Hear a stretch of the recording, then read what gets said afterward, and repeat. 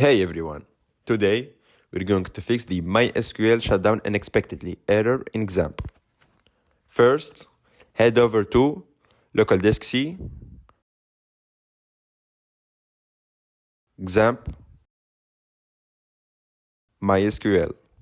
Inside, you'll see a folder called Data. Make a copy of this folder just to be safe. Rename it to All Data. Now, open the original data folder.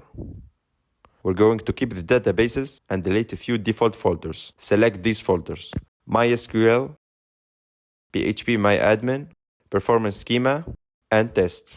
Now, delete them. Next, for the files, select all of them except IBData1 and hit delete.